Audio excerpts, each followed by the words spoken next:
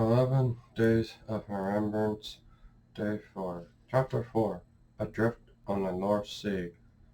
Following low, Flying low over lead silver ocean in a heavy bomber is an awesome experience. Flying low over the lead silver ocean in a heavy bomber without enough fuel to reach the airbase is something else again. Croft is the most northern airbase and bomber command, making 4 longer trips and increase the danger of running out of fuel on the way home. Those who are on their way to Croft but must make their landing at another airstrip are inconvenienced but live to tell of it. Those who are on their way Croft and are forced to land in the sea would be lucky to survive the experience, as only 13% of all aircrew live through a ditching in the ocean. Survivors of a ditching become instant members of the Goldfish Club and receive a goldfish patch to be worn on their battle dress. This is sent components of the London Hull Dignity Company, supplies of a safety rafts and the bombers. Many men flying in bombers from No. 434 Squadron at Croft have felt their knot in the pit of their stomachs when the pilot announced there isn't enough fuel to reach home. All it takes were such a surge as a headwind to slow the path of a heavy. On August 16, 1944, Flying Officer John Wakeman, pilot with 434 Squadron, is ditched to attack Kiel, Germany. Hailing, hailing from Saskatchewan, he is part of a bomber crew that includes 5 other Canadians. Sergeant Wolf Arterton from Saskatchewan, navigator Sergeant Het McKinnon from Alberta, bomber Sergeant Hank Kaufman from Ontario, wireless operator Mid-Upper Governor and Sergeant Jack Upper from Quebec, rear gunner Sergeant Jock Cameron, a flight engineer from Scotland, rounds out the 7-man crew. The Kiel attack is rough over severe anti-aircraft night fighter activity on approach to the target. John Wigman's kite is hit by flak, severely damaging the bomber and going the gas tanks, causing serious fuel loss at takeoff. A kite is fully loaded with 8,000 liters of fuel. After the bomb drop, John's Halifax has just only 1,700 liters remaining. As the runner in his stomach, he set his boots, his announces the situation over the intercom, and he can hear his crew groan. Not only is there enough fuel to make it back to Croft, it's unlikely they even make it back to England. The best the crew can hope for is make it to the English coast and get the plane as close to home as possible. In order to stretch their fuel supplies, John pulls back on the airspeed and flies as low over the North Sea as possible to minimize the effects of the headwind.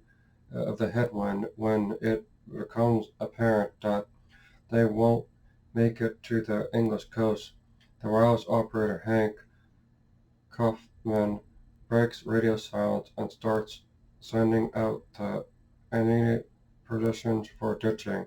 Approximately 64 kilometers off the coast Even after the order is given for the crew to take up ditching posts, Hank chooses to remain at the wireless, sending location signals for as long as possible to increase the likelihood of a quick rescue. Moments before impact, John McGowan and Hank scramble to the fore and aft fuselage sections of the kite and lie stretched out full length with their feet braced against the spear facing forward. Meanwhile, just Anost and Jock Kramer brace themselves, clapping their hands behind their head and pressing their backs up against the rear spare facing backwards. Everyone remains still, they expecting the aircraft to skip along the water and come to a stop, as this is what they were told about happening back in training. However, the Halifax bomber in the North Sea have other ideas. Due to the damage caused by the flak, the kite hits the water without leveling out and spills on impact. As the kite breaks in half at the rear, spare Jack dies and Jock are thrown into the dark sea. Halifax bounces back into the air, swivels slightly, and crashes down once more. Everyone that is not buckled down is struck out of the aircraft, including the pilot. The remaining men, Ruff, Hank, and Hugh, are stricken but glad to be in one piece.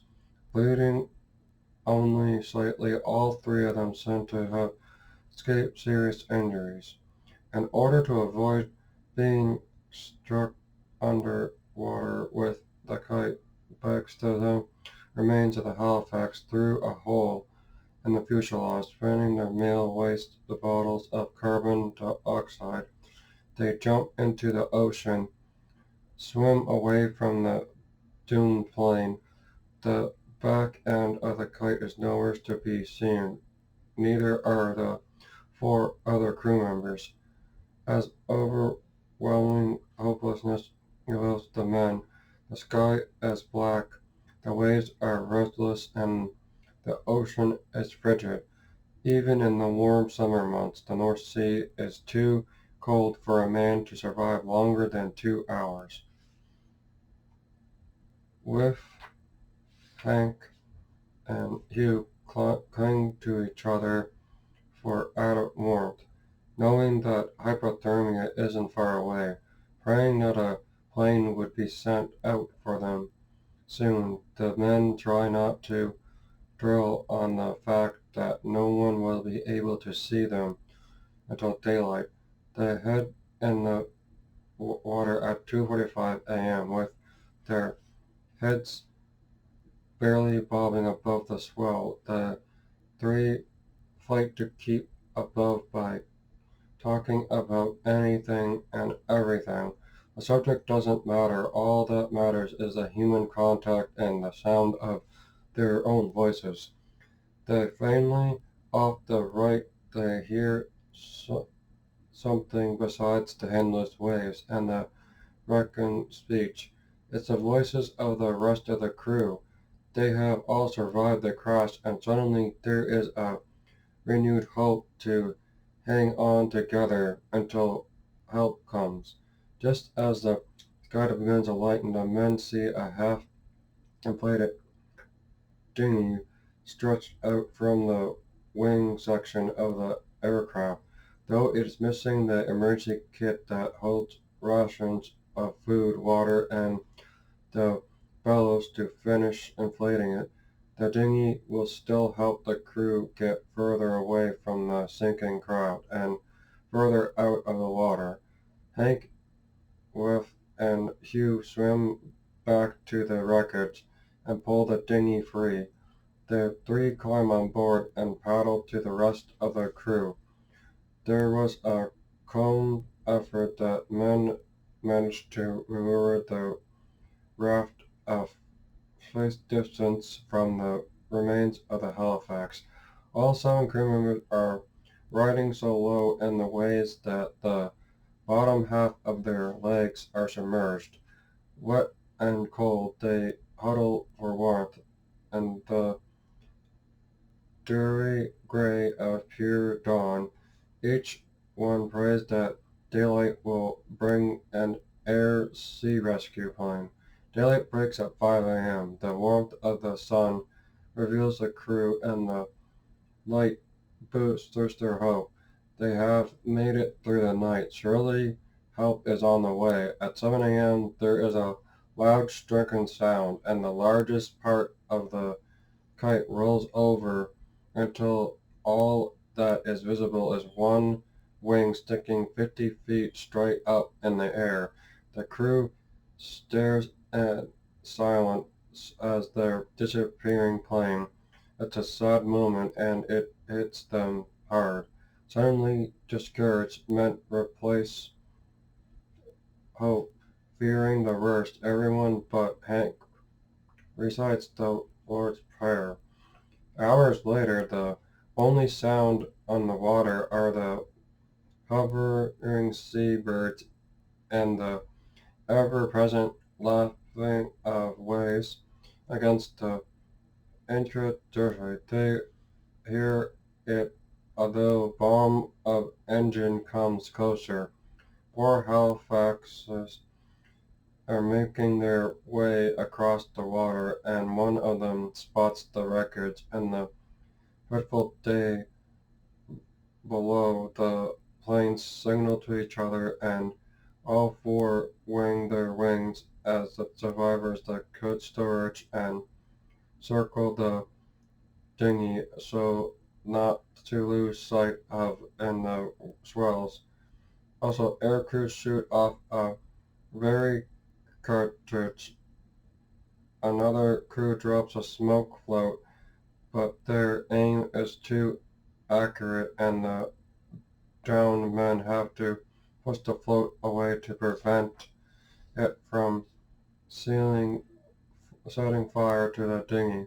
Finally, at 2 p.m., almost 12 hours after the internal ditching, an air rescue Hudson drops a fully inflated dinghy along with an emergency kit containing milk, food, cigarettes, waterproof matches, and 4 dry flying suits. The men figure that either the rescues can't count or there's no one believed that all of the aircrew could have survived it. It's decided that those who are wettest and most injured will join the dry suits. Taking another turn about the raft, the rescue plane drops a message in a waterproof container. John Migman decides that since he is the skipper, it is his job to swim out for the message. He sets his warm, dry suit and stands on the edge of the dinghy, naked and shivering, but after sticking one toe in the frigid water, he yells, "To hell with it," and crawls back into his warm flight suit. The men aren't going anywhere. They decide that the message can't be that important, and if it is something, someone will tell them about it when they come pick them up. The air sea rescue launch finally from Guernsey at 4 p.m., climbing aboard the boat. The service is dressed in the warm civilian clothing they are given.